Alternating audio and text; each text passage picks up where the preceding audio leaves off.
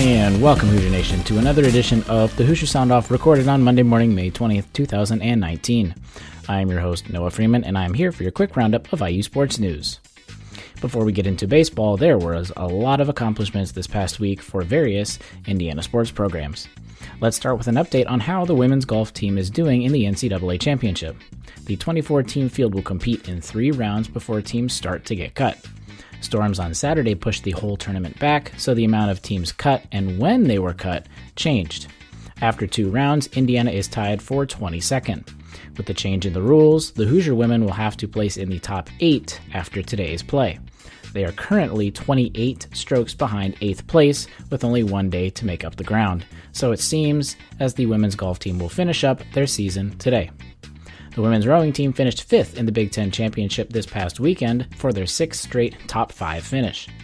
The team will await the NCAA selection show on Tuesday, May 21st at 5 o'clock p.m. Eastern. For softball, Tara Traynor earned first team NFCA All-Midwest Region honors this past Thursday, while Maddie Westmoreland earned second team honors.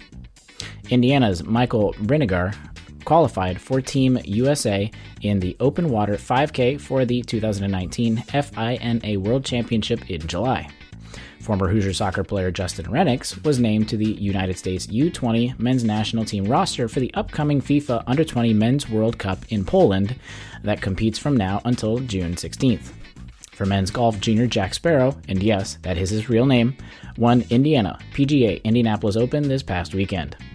And for some wrestling news, the staff is already making a big impact by recording the 16th best recruiting class from the open mat. That ranking is 6th in the Big Ten, a conference that is known for wrestling, and 1st among teams in Indiana. Lastly, the Hoosier baseball team finished up their regular season play this past weekend by winning the Big Ten title in Jeff Mercer's first year as a head coach. This is not only an accomplishment for Mercer, but also the team to be open-minded and buy into what the new coach was bringing to the table. The title came after sweeping Rutgers at home this past weekend. With Michigan losing 2 games to Nebraska to open their series up, it all came down to Indiana winning their game on Saturday to take home the title victory. Win, and you win it all. Lose, and the title went to Michigan. The senior day matchup was never in question as the Hoosiers routed the Scarlet Knights 13-3. They swept the series against Rutgers and outscored them 31-12 in all 3 games combined. Winning the title means that the Hoosiers claim the number 1 seed in the Big Ten tournament coming up this Wednesday. With the bracket only having 8 teams, the Hoosiers will face off against Iowa on Wednesday at 6 o'clock p.m. The bracket is double elimination while Nebraska hosts. If the Hoosiers win their first game on Wednesday, they will face the winner of Nebraska-Minnesota.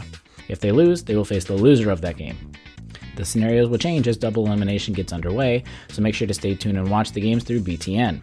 The final game will be on Sunday if the Hoosiers were to keep advancing. Remember to watch us live Tuesday evenings at 8:30 p.m. or subscribe to our podcast, The Hoosier Sound, wherever you listen to podcasts. If you like the transcript and links mentioned in today's show, head over to indianahq.com to check that out, in addition to all of their insightful articles.